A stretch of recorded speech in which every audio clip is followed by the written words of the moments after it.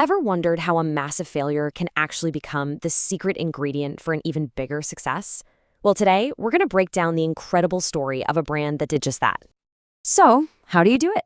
How do you take a devastating 2 crore rupee failure and spin it into a 500 crore empire? That's exactly what we're diving into. The story of Nayan Shah, who stared down a huge loss, only to jump back into an even tougher market and absolutely dominate. All right, so to really get this story, we've got to start at the beginning. And surprisingly, it doesn't start with success. Nope. It starts with a massive failure, a 2 crore rupee mistake that ended up teaching a lesson worth way, way more. So picture this. It's 2005. Nayan Shah is fresh out of his MBA program. He could have taken the easy route, joined the family business, but no. He took a huge swing, investing 2 crore rupees to launch Current, which was actually India's very first energy drink. And at first, man, it looked like a home run. The launch in 2005 got a ton of buzz.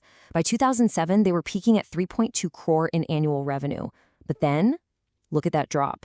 By 2009, revenue just completely collapses to only 60 lakh. It was fast, it was brutal, and it really showed that something was fundamentally wrong. So what went so wrong? Well, this slide really lays it all out. The core problem was Current was a lifestyle product, not an essential. Think about it. It was something you might buy once for the novelty, but at 75 rupees a can, that's a lot. It wasn't a daily necessity. And that meant customer retention was terrible. People weren't coming back for more. And as you know, repeat business is the lifeblood of a company. Okay, so a 2 crore rupee failure. That could have been the end of the story, right? But it wasn't. In fact, that painful lesson was the exact blueprint for his next massive success. He learned something crucial in that bottle of Current. And that lesson was crystal clear. The idea came right out of the ashes of his first failure. He needed to sell an essential. And you just can't get more essential than, well, water. So in 2010, he dives back in and launches Clear Premium Water. Now, you might be thinking, the water market? That's insane. It was already packed with huge players. But Nayan spotted a hidden gap. He realized everyone was selling the same thing in the same boring bottle. He saw a chance to sell an experience. This is what we call product differentiation. And for Claire, it had nothing to do with the water inside the bottle.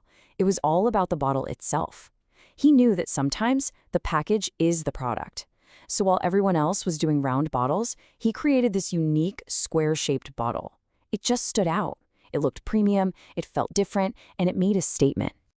Okay, so having a cool bottle is one thing, but getting it into people's hands is a whole other challenge.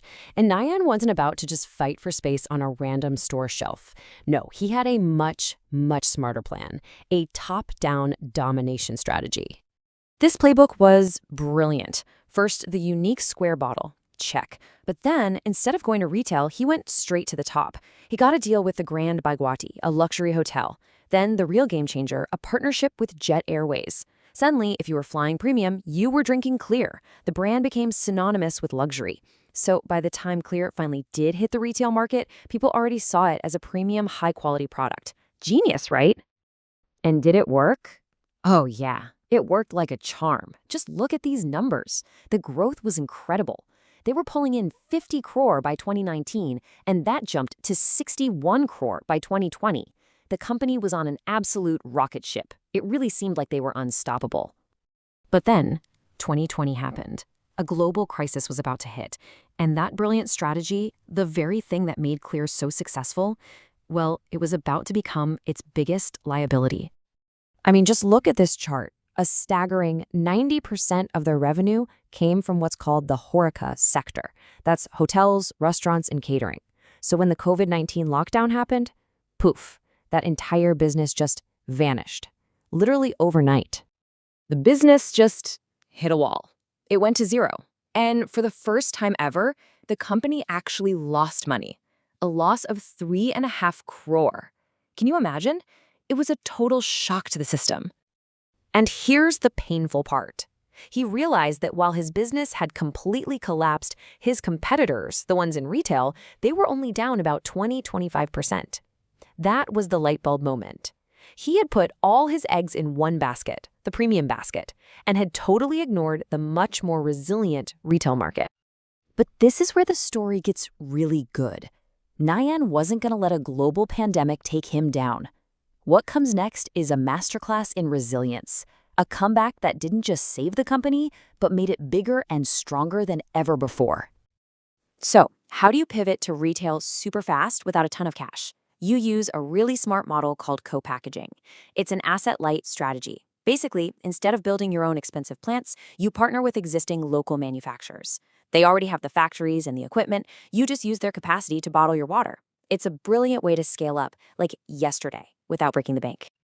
And with this new strategy, he went on an absolute tear. We're talking partnerships with over 11,000 retail outlets. He signed Hrithik Roshan as a brand ambassador to get that mainstream appeal. He didn't stop there. He acquired another mineral water brand, diversified into club soda, and even secured a 45 crore investment this year. This wasn't just a recovery, it was an all-out blitz. And the comeback? Well, the numbers speak for themselves. Look at this. They hit a low of 43 crore during the pandemic, but after the pivot, they shot up to an incredible 300 crore by 2023. It's amazing, right? The very crisis that almost killed the company actually forced them to build a much bigger, more resilient empire. Clear's story is such a great reminder that success isn't always about inventing some brand new gadget. Innovation can be about strategy. It can be about branding. It's about seeing something that everyone else takes for granted and giving it a whole new vision. So it leaves you with a really interesting question, doesn't it?